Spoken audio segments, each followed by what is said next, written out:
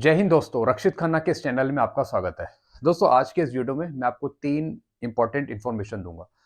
दोस्तों, अगर आप पेंशनर्स हैं, चाहे आपका रैंक सिपाही रहा हो, हवलदार रहा हो, नायब सूबेदार रहा हो, चाहे ऑनरी कैप्टन रहा हो, कोई सा भी रैंक रहा हो। दोस्तों, अगर आपकी पेंशन गलत चल रही है छठे पे कमीशन से यानी 2006 से, और उसका नुकसान आपको 7 सीपीसी में भी हो रहा है, तो दोस्तों इसके लिए आप एएफटी जा सकते हैं। अगर आपका कोई डिपार्टमेंट या फिर रिकॉर्ड ऑफिस, अगर पीसीडीए या कोई भी डिपार्टमेंट अगर आपकी बात नहीं सुनता है, तो दोस्तों इसके लिए आप एएफटी कंसल्ट कर सकते हैं। ऐसे बहुत से केसेस हैं जो आपके सॉल्व हुए हैं एएफटी के थ्रू। दोस्तों, उसमें ज्यादातर जो केसेस हैं वो हैं पे फिक्सेशन के, यानी जिन पेंशनर्स का पे फिक्सेशन गलत हुआ है, जिन पेंशनर्स को नुकसान हो रहा है 2006 से 7 सीपीसी तक, तो दोस्तों ऐसे केस एएफटी में लड़े जा रहे हैं। दोस्तों, अब देखिए, इसमें 2006 से 31/12/2015 तक जिन पेंशनर्स को नुकसान हुआ पेंशन पे, और दोस्तों जिनकी गलत पे फिक्स करी गई छठे पे कमीशन पे, ये सारे केस लड़े जा रहे हैं एएफटी में। और दोस्तों, इसमें से कौन कौन से ऐसे रैंक है जिनको नुकसान हुआ है? दोस्तों, इसमें है ज्यादातर जेसीओज रैंक, जिसमें सूबेदार, सूबेदार मेजर, और दोस्तों इसमें ओआरस भी हैं, जिसमें हवलदार रैंक, नायक रैंक, इनका भी कहीं ना कहीं गलत फिक्सेशन हुआ है। दोस्तों, अब इसे मैंने पूरे रैंक लिए हैं सिपाही से लेके ऑनरी कैप्टन तक। इनका ज्यादातर क्या हुआ है, छठे पे कमीशन से इनकी पे गलत फिक्स हुई है, जिसकी वजह से 7 सीपीसी में इनको पेंशन पे नुकसान हुआ है।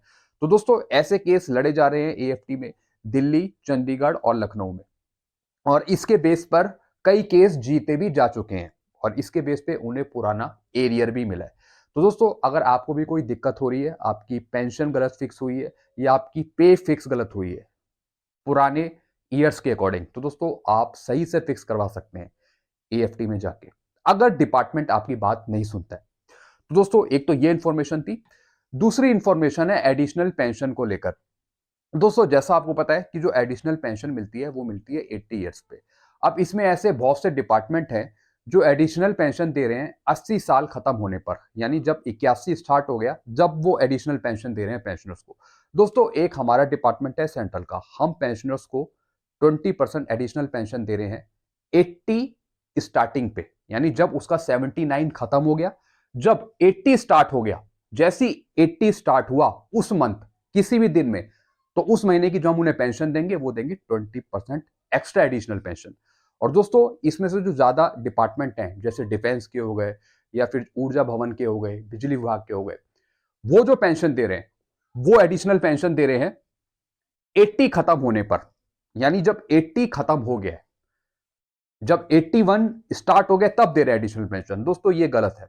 अगर आप रूल सही से पढ़ें तो उसमें लिखा है कि जो आपको एडिशनल पेंशन दी जाएगी वो दी जाएगी attaining the age of 80 years. इसका मतलब क्या है दोस्तों? इसका मतलब हिंदी में होता है कि जैसी आप 80 प्राप्त करेंगे, इसमें ये नहीं लिखा है कंप्लीशन ऑफ 80 ईयर्स, 80 ईयर्स खत्म होने के बाद नहीं लिखा है, लिखा है attaining the age of 80 years, यानी जब आप 80 पे प्राप्त होंगे, 80 पर आएंगे। तो दोस्तों, बहुत से डिपार्टमेंट इसमें गलती कर रहे हैं। और दोस्तों, ऐसे बहुत से केस जिनको 20% एडिशनल पेंशन का लाभ 80 खत्म होने के बाद मिला है, ऐसे बहुत से केस एएफटी में लड़े जा रहे हैं, और उसके बेस में कई केस पेंशनर्स के फेवर में चले गए हैं, और पेंशनर्स को पुराना 1 साल का एरियर भी मिला है।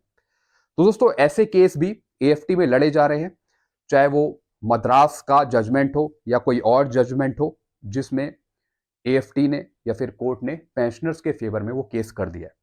तो जो आपको लाभ मिलना चाहिए एडिशनल पेंशन का, वो आपको मिलना चाहिए 80 स्टार्टिंग में ही, जैसी जिस महीने आपकी 80 एज स्टार्ट हो गई है, ना कि 80 ईयर्स कंप्लीट पे। तो दोस्तों, ये चीजें मैंने आपको समझाई। अगर आपको भी लग रहा है कि कोई डिपार्टमेंट या कोई सरकारी कार्यालय आपकी बात नहीं सुन रहा है, तो दोस्तों इसके लिए आप कोर्ट का दरवाजा खड़खड़ा सकते हैं, चाहे एएफटी या फिर कोई दूसरा कोर्ट। आपको मिल जाएगा आपको अपना हक, लेकिन इसके लिए आपको काफी प्रयास करना पड़ेगा, मेहनत करनी पड़ेगी, क्योंकि दोस्तों इतनी आसानी से डिपार्टमेंट देता नहीं है। स्पर्श को भी, पीसीडी को भी ये बात बताइए कि आप जो एडिशनल पेंशन है वो 80 स्टार्टिंग पे दीजिए, जिस महीने पेंशनर्स की एज 80 स्टार्ट हो गई है, जिस महीने, लेकिन वो दे रहे हैं 80 साल खत्म होने पर। दोस्तों, ये गलत है यहाँ पे।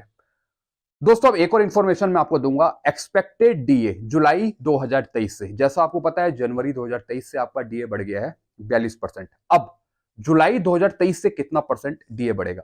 दोस्तों हम अपने अभी डिपार्टमेंट में पेंशन की लायबिलिटी बना रहे हैं, यानी मार्च 2024 तक कितनी पेंशन और बांटनी पड़ेगी पेंशनर्स को, तो इसके बेस पे हमने एक्सपेक्टेड डीए कैलकुलेट करे हैं, जिसमें से जुलाई 2023 का डीए भी हमने लिया है।